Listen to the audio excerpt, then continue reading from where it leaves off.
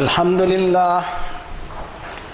لله نحمده ونستعينه ونستغفره ونؤمن به ونتوكل عليه ونعوذ بالله من شرور أنفسنا ومن سيئات أعمالنا من يهده الله فلا مضل له ومن يضلل فلا هادي له ونشهد أن لا إله إلا الله وحده لا شريك له ونشهد أن سيدنا ونبينا محمدا عبد الله ورسوله أرسله كافة للناس بالحق بشيرا ونذيرا وداعيا إلى الله بإذنه وسراجا منيرا صلى الله عليه وعلى آله وأصحابه أجمعين۔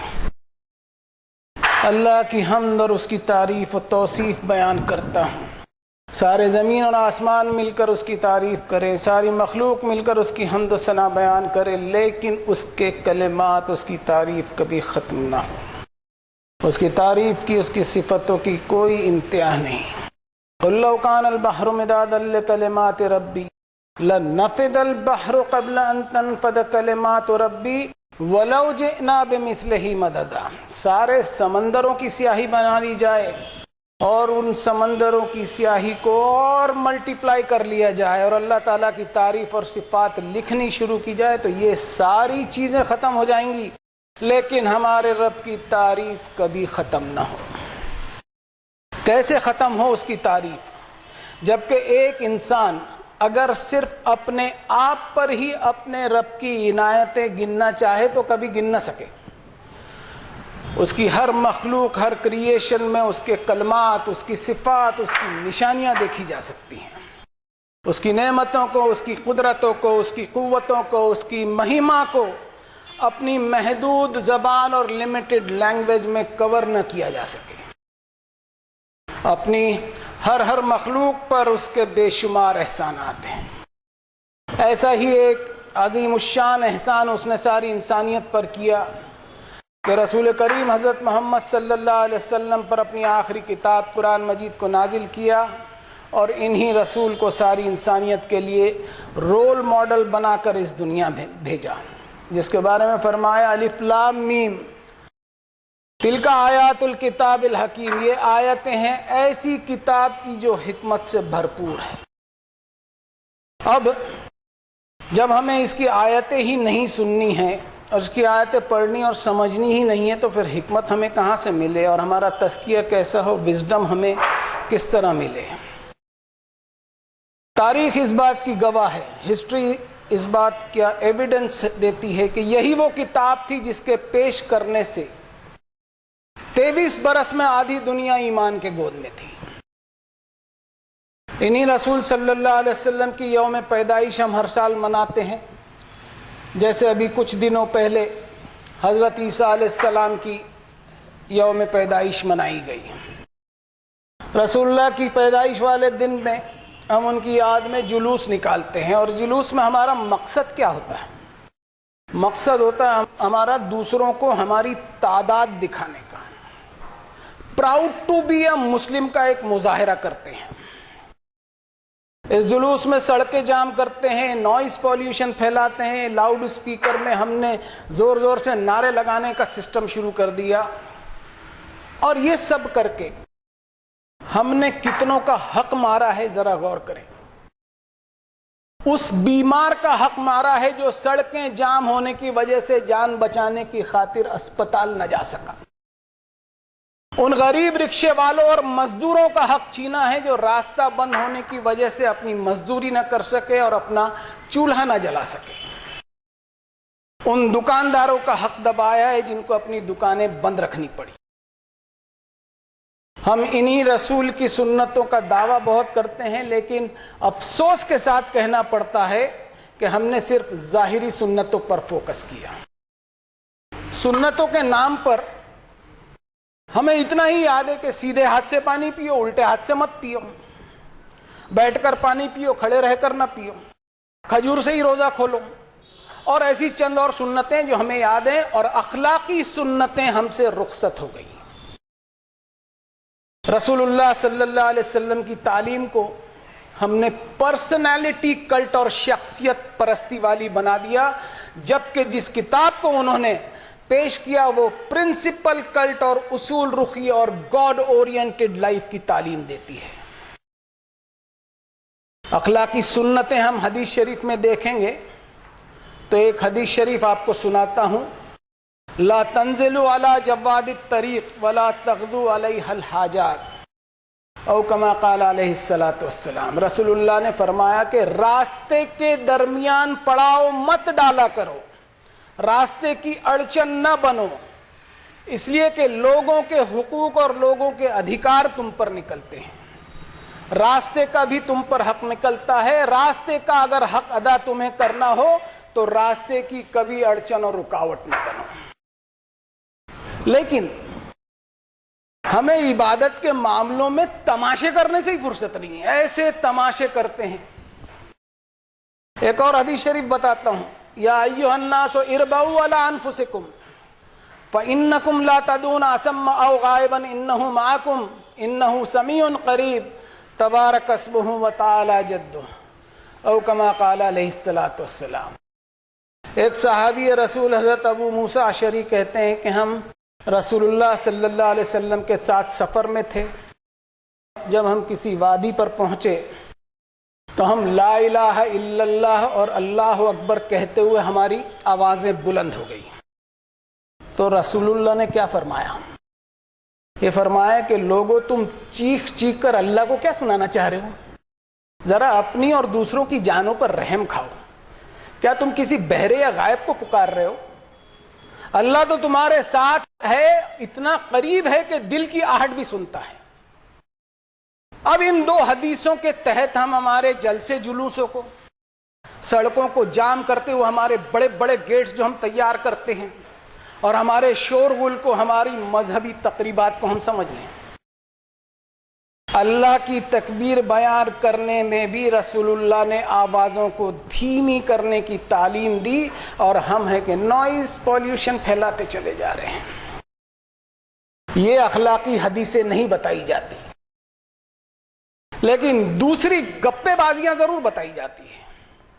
اور ایک بات یہ بھی کہہ دوں کہ قرآن مجید ایک انسان کو منکرین حدیث نہیں بناتا بلکہ منکرین گپے بازی بناتا ہے.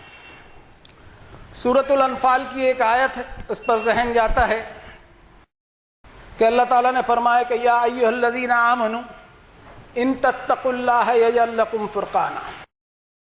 اے ایمان والو، اگر تم اللہ کا تقوی اختیار کرو گے تو اللہ تمہارے تقوی کے سبب دوسروں سے ڈسٹنگوشڈ اور منفرد بنائے گا، کہ تم تمہاری توحید کے سبب پہچانے جاؤ گے، تمہارے اخلاق کے سبب پہچانے جاؤ گے، تمہاری عجز اور انکساری اور نرم دلی کے سبب پہچانے جاؤ گے، رسول اللہ صلی اللہ علیہ وسلم کی سنتوں پر تمہارے عمل سے پہچانے جاؤ گے، تمہارے تقوی کے سبب پہچانے جاؤ گے. لیکن ہمارا معاملہ الٹا ہے. ہمارا معاملہ یہ ہے کہ ہم ہمارے مذہبی جلسے جلوسوں، ہنگاموں اور شور شرابوں اور کسی ڈریس کوڈ سے پہچانے جا رہے ہیں یا ہماری ٹوپیوں سے پہچانے جا رہے ہیں. دراصل مذہب کی جو دکھاوے بازی ہے نا، گلوبل لیول پر ایک قسم کے انجوائمنٹ کے کلچر میں پوری انسانیت اس وجہ سے گرفتار ہو گئی. اور اس انجوائمنٹ والے ماحول میں انسان نے یہ سمجھ لیا ہے کہ یہاں جو کچھ ہے، اس دنیا میں جو کچھ ہے، وہ صرف اور صرف انسانوں کی موج مستی کے لیے ہے.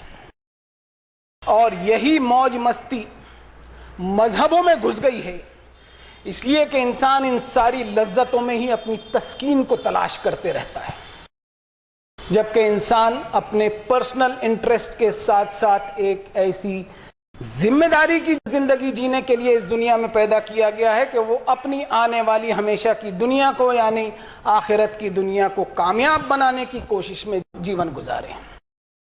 تب جا کر اس دنیا کی صحیح معنوں میں پہچان ہو سکے گی. ہم ہماری زندگی کے مقصد کو سمجھیں. زندگی کا مقصد کو ڈیفائن کرنے میں ریلیجیس آئیڈیالوجیز اور مذہبی وچاردھارائیں بری طرح فیل ہوئی. اور میں سمجھتا ہوں کہ مذہبوں نے قیامت کے حساب کی جواب دہی کے احساس کو انسانیت سے رخصت کرا دیا ہے.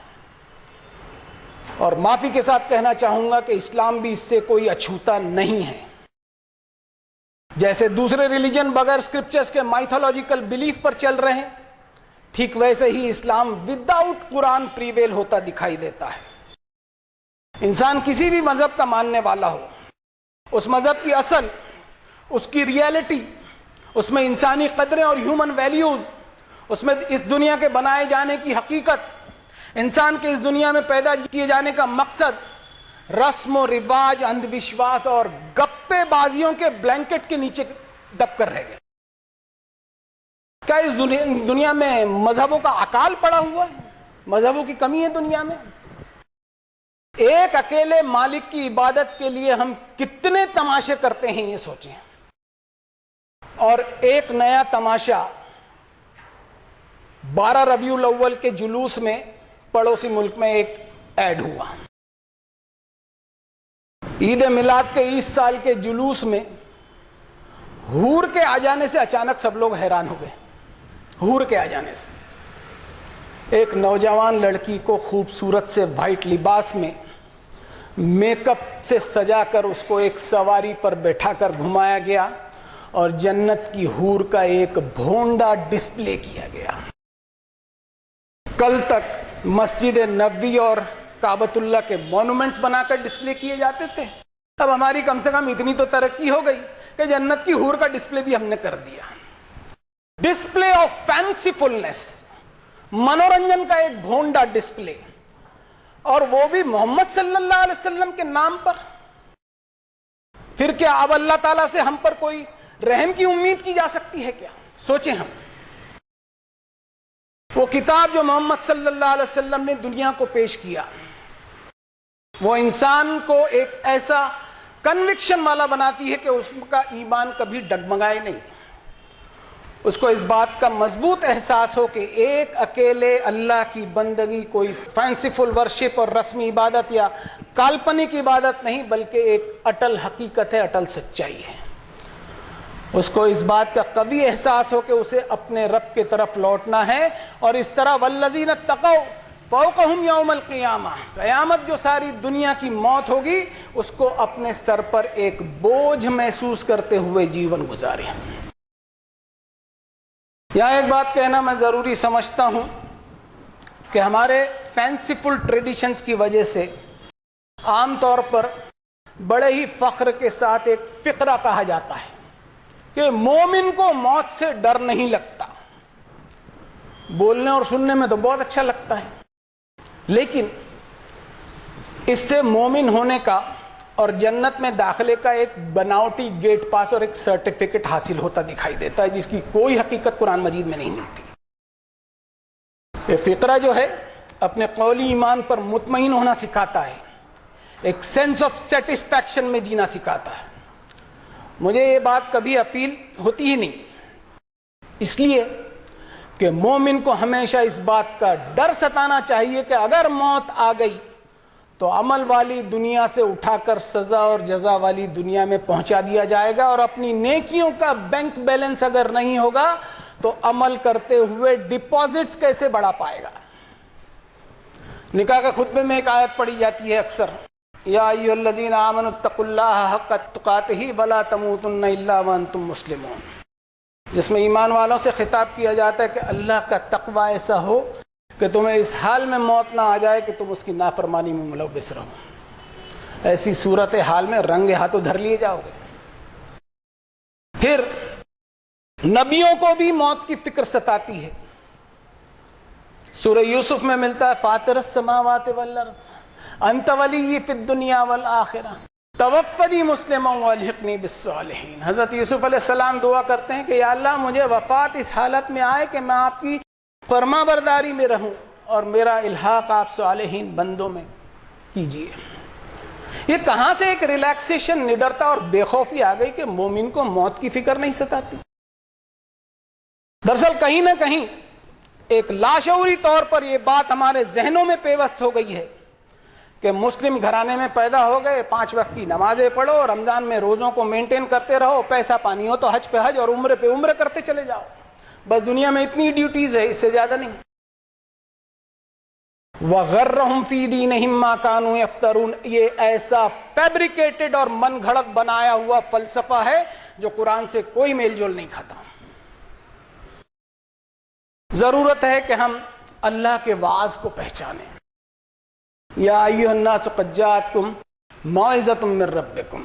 انسانوں، تمہارے پاس ایک ایسا واعظ آ گیا ہے تمہارے رب کی طرف سے جس میں شفاء لما فی الصدور، تمہاری سوچ کے لیے شفا ہے. تمہارے مائنڈ سیٹ میں جو فرسودہ اور عقائد اور توہمات بھرے ہوئے ہیں اس کو صاف کرنے کے لیے an antidote for all that is false and fictitious. دراصل انسان کی جسمانی موت اور اس کی جو فزیکل ڈیتھ ہے وہ اس کے خود کے بس میں نہیں کہ وہ اپنی موت کو روک سکے، لیکن انسان کی جو روحانی موت یا اسپرچل ڈیتھ جس کو کہتے ہیں اس کا کنٹرول اللہ نے ہر انسان کے بس میں دیا ہے. اور اس روحانی موت کو پریونٹ کرنے کے لیے اللہ تعالیٰ نے ایک اندرونی سسٹم دیا ہے کہ وَنَفْسٍ وَمَا سَوَّاهَا. ہر انسان کو اللہ نے ایک انر سول دیا ہے جس میں فَأَلْهَمَهَا فُجُورَهَا وَتَقْوَاهَا، نیگیٹو پازیٹو دونوں ہیں. اس کو ایسی ذہنی قوتیں اور صلاحیتیں دی جن کی بدولت انسان پہچان سکے کہ کیا صحیح ہے کیا غلط ہے. اس کو ضمیر کی آواز دی، اس کو کانشینس دیا، انترآتما کی پکار دی. قد افلح من زکاہا وقد خاب من دساہا.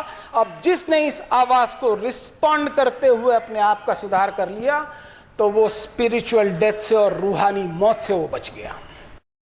اور جس نے اس آواز کو دبا کر رکھ دیا تو وہ سانسیں تو ضرور لے رہا ہے، وہ فزیکلی تو زندہ ضرور ہے، کھا رہا ہے، پی رہا ہے، چل رہا ہے، پھر رہا ہے، لیکن اس کی روح اور اس کی انترآتما مردہ ہو کر کے رہ گئی ہے. لیکن انفارچونیٹلی یہ آیت بھی ہم نے ہارٹ اٹیک کی دعا جیسا سمجھ لیا. ٹھیک ویسے ہی جیسے برکتوں کے چکر میں چار قل ہم ایک فریم بنا کر دکان پہ لگا دیتے ہیں.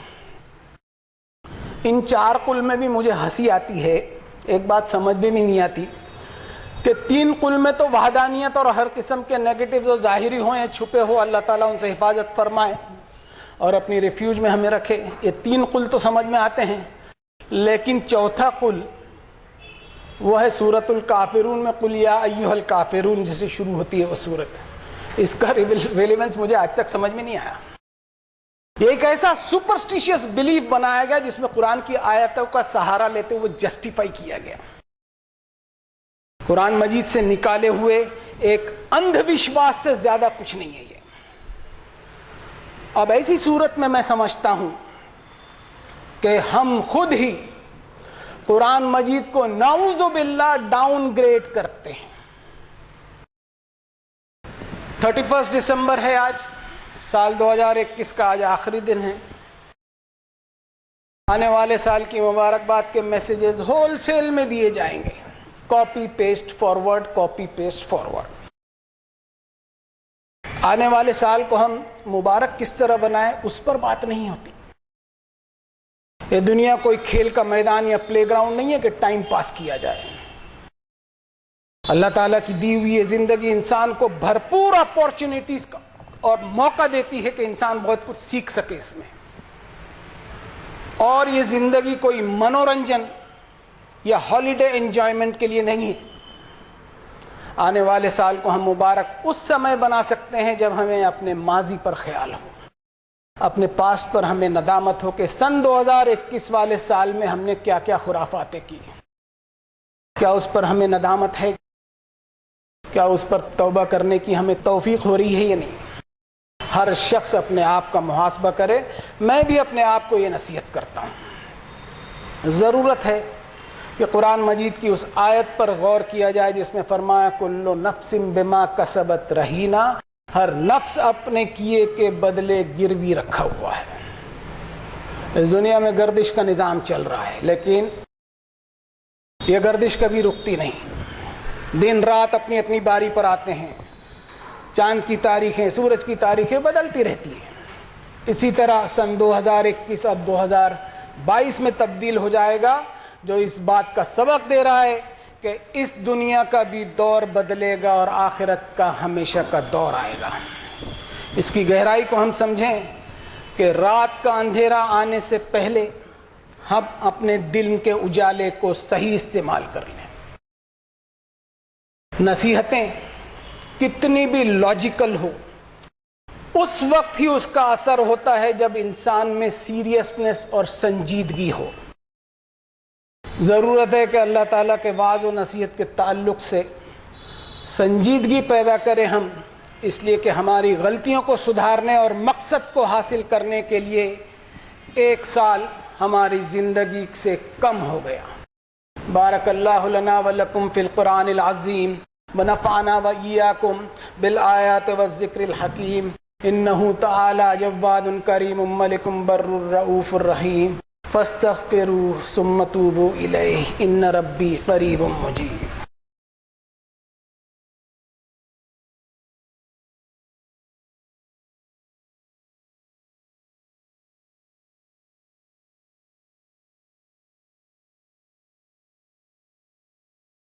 الحمد للہ وحدہ والصلاة والسلام علی من لا نبی بعدہ۔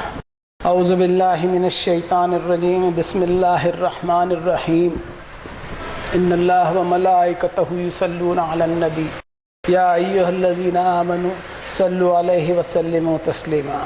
اللہم صل علی محمد عبدک ورسولک النبی الامی الذی جاء بالہدی والفرقان، وصل علی جمیع الانبیاء والمرسلین وعلی الملائکۃ المقربین وعلی اصحاب رسول اللہ صلی اللہ علیہ وسلم وعلی ازواج رسول اللہ صلی اللہ علیہ وسلم۔ ربنا انک انت السمیع مستجیب الدعوات، ربنا ظلمنا انفسنا وان لم تغفر لنا وترحمنا لنکونن من الخاسرین۔ ربنا اغفر لنا ذنوبنا واسرافنا فی امرنا وثبت اقدامنا وانصرنا علی القوم الکافرین۔ واعف عنا واغفر لنا وارحمنا انت مولانا فانصرنا علی القوم الکافرین۔ انت ولینا فاغفر لنا وارحمنا وانت خیر الغافرین۔ ربنا انک من تدخل النار فقد اخزیتہ وما للظالمین من انصار۔ ربنا فاغفر لنا ذنوبنا وکفر عنا سیئاتنا وتوفنا مع الابرار۔ اللہم ارنا الحق حقا وارزقنا اتباعہ وارنا الباطل باطلا وارزقنا اجتنابہ۔ اللہم ارنا الاشیاء کما ہی، اللہم ہین علینا سکرات الموت، اللہم اخرجنا من الظلمات الى النور۔ ربنا تقبل منا انک انت السمیع العلیم وتب علینا انک انت التواب الرحیم برحمتک یا ارحم الراحمین۔ عباد اللہ اتقوا اللہ رحمنی ورحمکم اللہ۔ ان اللہ یأمر بالعدل والاحسان وایتاء ذی القربى وینہی عن الفحشاء والمنکر والبغی یعظکم لعلکم تذکرون۔ اذکروا اللہ العلی العظیم یذکرکم واشکروہ علی نعمہ یزدکم ولذکر اللہ اکبر واللہ یعلم ما تصنعون۔